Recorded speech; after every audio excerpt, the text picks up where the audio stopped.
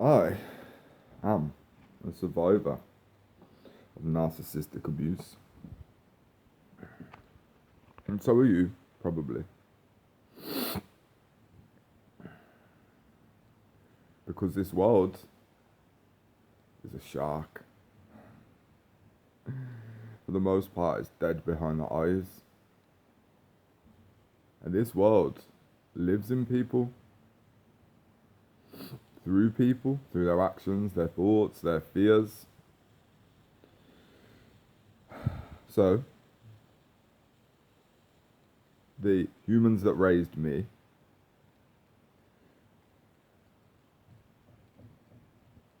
who were also victims of narcissistic abuse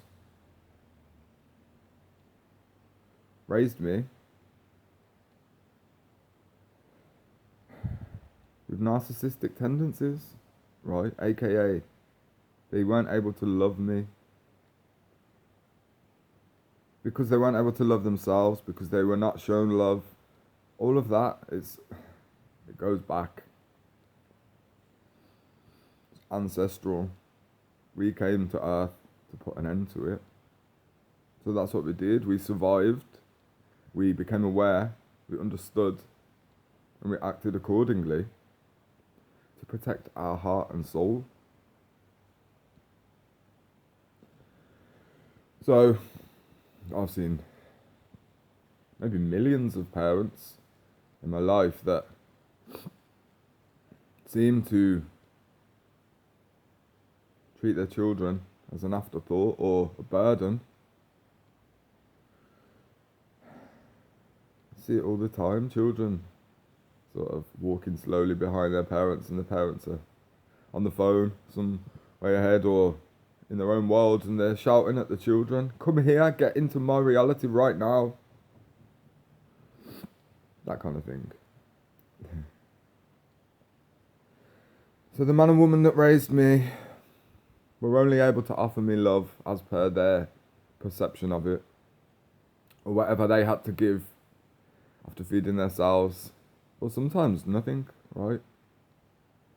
Humans go through things, they become reserved and selfish sometimes. It's unnecessary. Self-preservation, you know. A lot of humans have just lived their life in fight or flight mode. That's it. And their nervous system is running the show, which means their thoughts, their ideas, they are led unconsciously. And that's how this world operates. It attaches onto people that are vibrating at a frequency of fear, and it directs their life through those fear-based thoughts about survival and receiving. So, to all intents and purposes, there are takers in this world who have no choice but to take. That's all they know. All they know is creating supply, because they have no idea about energy. They have no idea about the idea that we can connect to all the energy we need in this life. So they are fearfully clinging on to people. Now, obviously, I didn't stay a child forever. I became an adult. And I was very confused. It took me some years to fully understand the piece of scripture, the commandment, honour thy mother and father. What does that mean? Well, I tried to go back. I kept going back to my hometown. I moved away from there, but I still passed through from time to time to try to give love to my family, my mother, the man who raised me. And every time I was more changed, more who I really am, or specifically less this mirage, this idea of who I used to be. So I had to stop giving love to people that don't deserve it. Not that I'm better than them. They can't feel that they can deserve it. So these people play mind games, right? And they gaslight you. The last time I ever saw and ever will see the man who raised me in this life, I was in my hometown because I hoped to reconcile with my family. And I was very vocal about this, but it didn't happen. What actually happened was an incident where the man who raised me did his best to raise me, who was in my life as a father figure, attacked me, physically attacked me. That's where love gets you in this world if you don't have discernment and pay attention, right? There's a spirit operating through this man tried to end my life. It was only the fact that his human frailty, it's only the fact that he wasn't stronger than me physically that I am still alive today.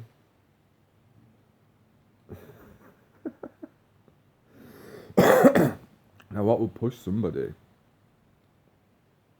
to try and end the life of another? Or what would make somebody susceptible to some sort of spiritual influence, right? Because that's what it was. In that moment, for those 15 minutes or however long, that man was not there. I can picture the vacant expression that was bearing down on me. I can see it.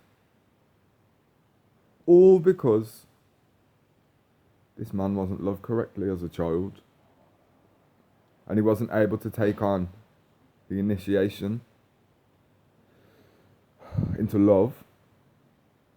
Well, obviously, I am the one in this bloodline. I am the beacon. People can't share in the joy of others if they hate their own life. But if they're not honest, that's just hell. That's hell. Ignorance of hell is hell. Because heaven is available, and I've tried to be heaven. The thing about being heaven, walking through the underworld, is you sort of end up having to run. It's not a casual stroll. So heaven does not belong in Hades, in hell. It does not. It's as simple as that. Now, I've tried to heal my connection with my parents. I've tried to engage in therapy with my mom, but she didn't ask for. I opened up my full capacity for light. And my mom was terrified by it. Because truth, love, sees through things which people try to obscure. So it's too close for comfort. If somebody knows things about you, and you know that they know, because if you know that they know, then you know that they also may reveal information about you, right? So out of fear, people will remain connected to you just to stay on your good graces. Just so that you don't reveal them to the world. Well, I'm not about that life. I let people reveal themselves to the world, and sometimes it takes years, but justice prevails always. I'm not about defamation of character and slandering people's names, or even blaming anybody. There is not a tone of blame in my voice, because if I blame somebody, I've got to blame everybody.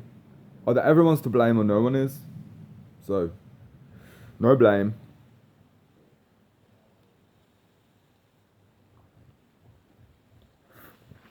I would love to be able to sit down with my mother and explain, to describe my experience of childhood. And I've tried, I have tried. Once I felt a uncontrollable urge to go and speak to my mum, so I went to her flat and I said, I need to express something. And before I start, the caveat is that I'm not blaming you. I'm not calling you a bad mother. I'm just saying this is my memory of the experience that I had. And the whole time she sat waiting to respond. She did not listen to one thing that I said. And her response was, so you're calling me a bad mother then? Actually said that.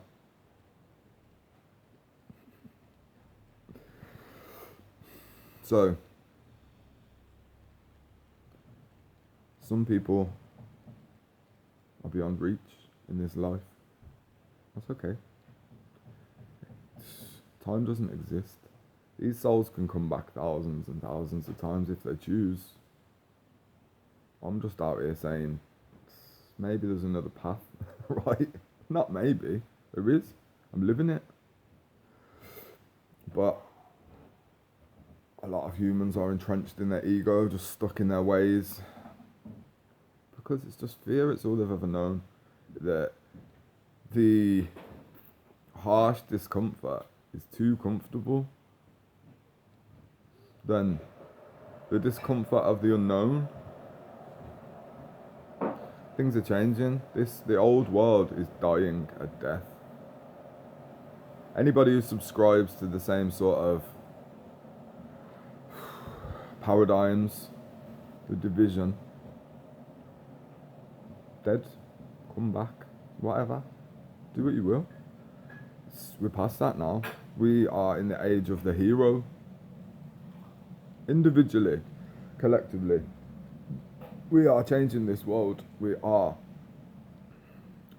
terraforming it with love. Can't be stopped. When we turn our gaze to God, to love only, forward, then the steps are just laid out for us, right? When your will is God's will, you know that you can't fail. Simple as that. It's only when we start to get into our own selfish motivations, start to manifest from a place of greed or desperation or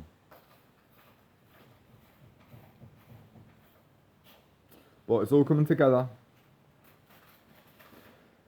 The cream is rising to the top, and it's just like we're just like eagles who only crow can disturb, but when an eagle flies high enough, eagle gets an altitude all of its own. So that's what's happening right now.